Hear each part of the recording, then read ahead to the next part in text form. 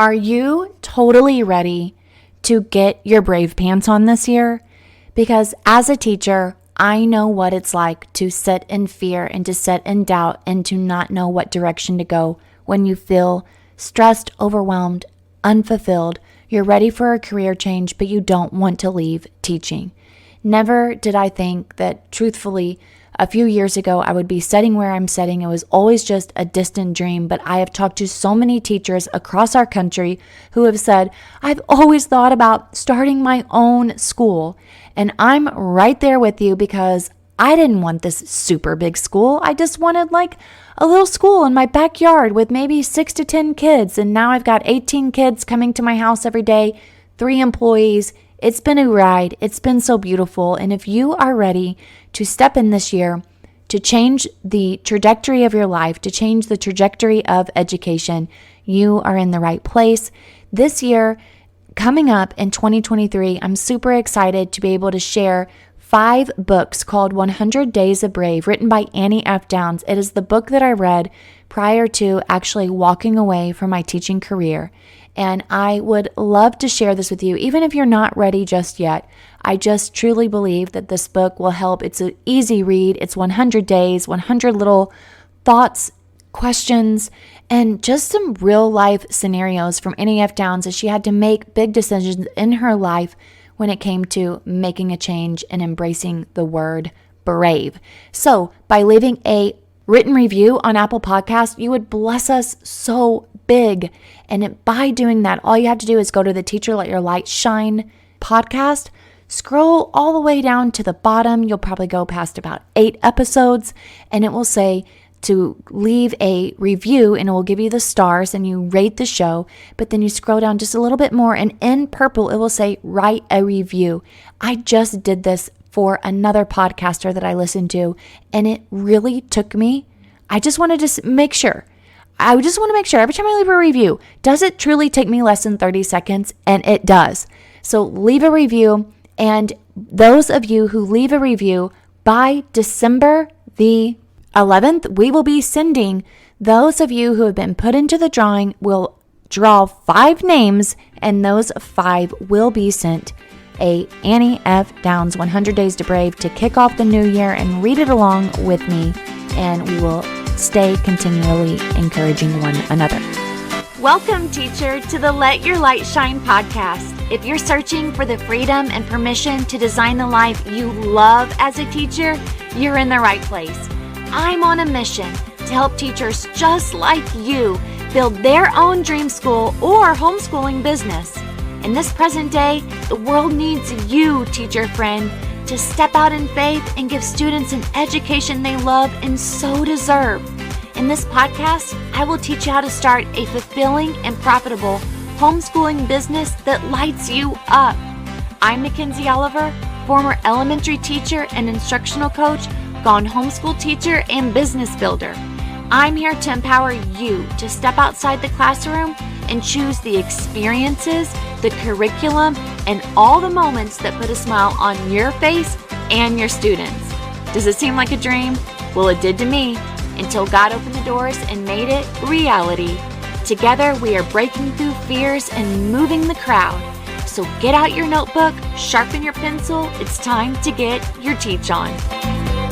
Hey there, teacher friend. Welcome back to another Friday episode where I give you a fun or quick or fast fact or something that I'm thinking of that I hope takes you into the weekend, almost like a final thought. And today, in this episode, I want to share with you a term that I have found to be very prominent in many types of careers. And I have found, especially in our career of teaching, this is a term that gets used when you see teachers feeling overworked, burned out, upset, frustrated, aggravated, feeling as if they are a part of a system and not knowing how to get out, not wanting to be the creative, incredible person as a teacher that they feel they've been gifted to be and to put into the lives of many children in a classroom. They want to collaborate on a different level. They want to be able to team up with parents and with other teachers and even be able to pour into their students, but they feel as if they've got too much data. They have too many tracking systems, too many standards that they have to follow, too many protocols, too many meetings, too many expectations, too many behavior problems, just feeling as if it's too much overwhelm. And this term that we often find that teachers are doing, but they may not even know that they're doing it. It's not a new way of working in a sense, but it is a new term. And that term is quiet quitting. It is somewhat controversial because the topic has become pretty revolutionary, especially since COVID, especially since people are starting to really get just bugged out of their skin about some new legislation that's coming down the pipeline, and they feel as if this isn't the direction I want to go in my career. And so it begins quiet quitting. And I believe that quiet quitting is a mechanism that we use because we don't want to quit and we don't want to let go because there's so much guilt and there's so much pain and there's so much hopelessness because we thought this is what we wanted to do the rest of our lives, or we just envisioned it to be so much differently and we feel guilty in a sense that we don't want to be a part of it anymore. And so the term quiet quitting has been on my mind. I want to clear up some confusion around this term and some tips to help you if you feel as if you are resonating with this term.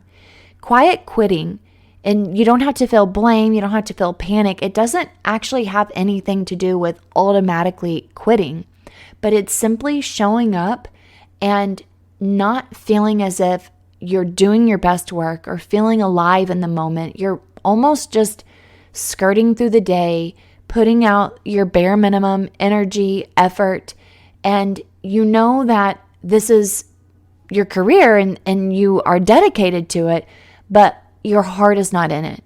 Your emotions are not in it. You're getting compensated and you just don't even feel like doing anything extra. And while, hey, I'm here to say, I'm not saying that we should pile more on our plates, but I do know what it's like to be extremely passionate and in love with what you do, whether it's cooking, sewing, baking, cleaning, taking your kids to the park, or whatever it may be. You love it. And when you love it, it doesn't feel like you're really working at it. And I know there have been so many times in my career where I was feeling that joy. And even if I was missing out on other things in my life, I felt fulfilled because I was really enjoying what I was doing. But quiet quitting is where you're still performing your job, you're still teaching, and you really may not even have a clear plan or intention of leaving, but you're just like, blah. You're just no longer going above and beyond. You're feeling as if this is too much or even too wrong. And I truly believe that your time, your dedication to anything that you have in your life needs to be compensated in some sense, maybe not even monetarily, but in this situation of teaching, yes. And you need to be able to go to a place that you feel as if you are contributing and you know that you're doing your best work, because that is what we're called to do when we work, to use our hands, to use our gifts and talents the way that God has called us to. And I battled this myself, and I would just feel like, Father, what is it that I am doing? Why do I feel this way? Why did my love for teaching go? Where did it go? And I was feeling so frustrated because I wanted it so badly. I wanted that feeling of success and freedom and enjoyment and fulfillment. And it just was difficult because I was feeling pulled in so many directions. And in my spirit, I felt like I was quiet quitting. Personally, I do believe that we all have different levels of quiet quitting, but I felt in my spirit I was detaching. I think that's another good way to use quiet quitting, is there's a detachment there. And it is easy for some, but very hard for others, especially whenever you feel like you don't know what you're doing. How do we identify if we're quiet quitting? Maybe our boundaries have been etched in the sand and we don't have clear boundaries. And now we want to just break away because it feels too much. I've signed up for too much. I'm doing too much. If I can't do this amount, then it's not worthy enough. It's not good enough.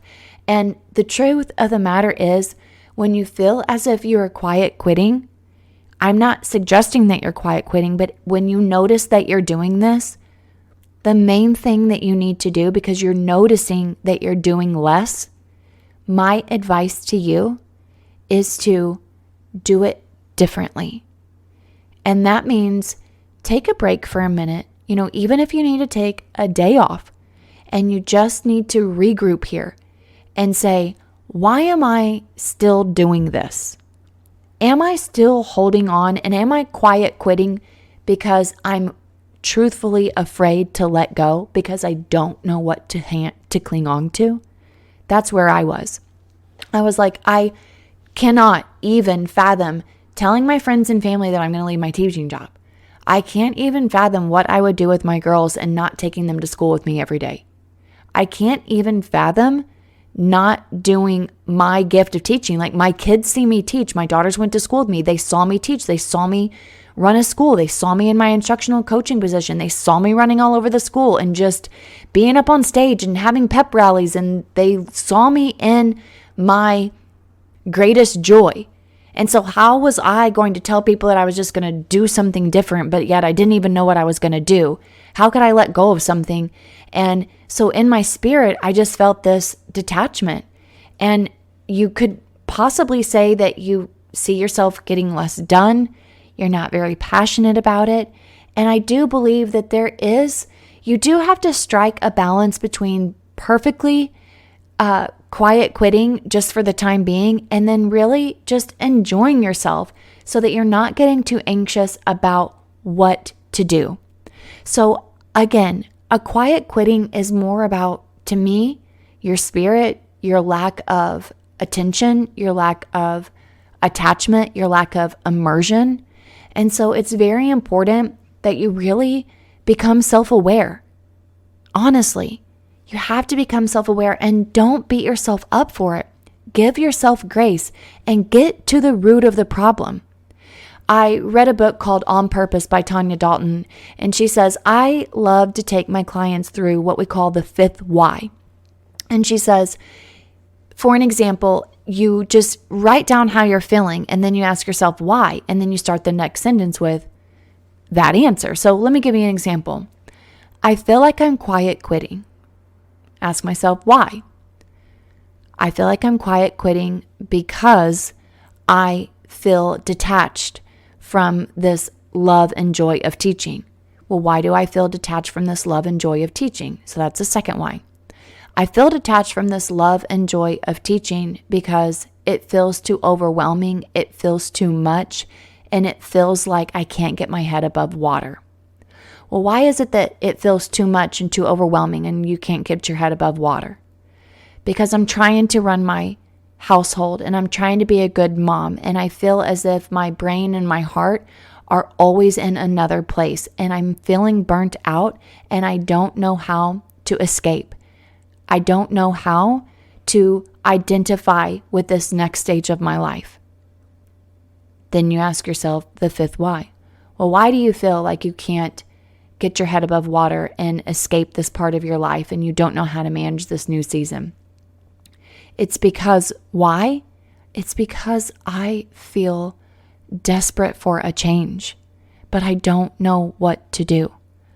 I feel scared and I feel lonely going against the mainstream. I feel as if I could possibly make a mistake. That's the root of the problem. And that's why I'm beginning to quiet quit. And you just sit with that. And it's uncomfortable, and we have to be okay with being uncomfortable.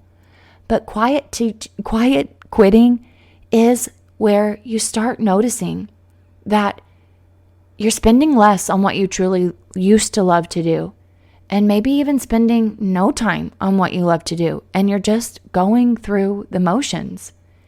You want to work on your way out, but you're almost kind of tired to work on your way out, and you really just are afraid. You feel stuck, and until I can make a decision, I'm just going to skirt on through. But also on the inside, that's not feeling well to you. You're feeling uncomfortable with that. And so I say to you, if you're struggling with burnout, then quietly quitting may be what is actually happening. And until you can become self-aware on how to overcome this, you will have to do some deep searching and ask yourself why. And when you get to the root of why, then you can say, you know what? I have a fear issue. I have an identity issue. I have a fear of making a mistake. I have a fear of letting my parents down. I have a fear of losing friends. I have a fear of money.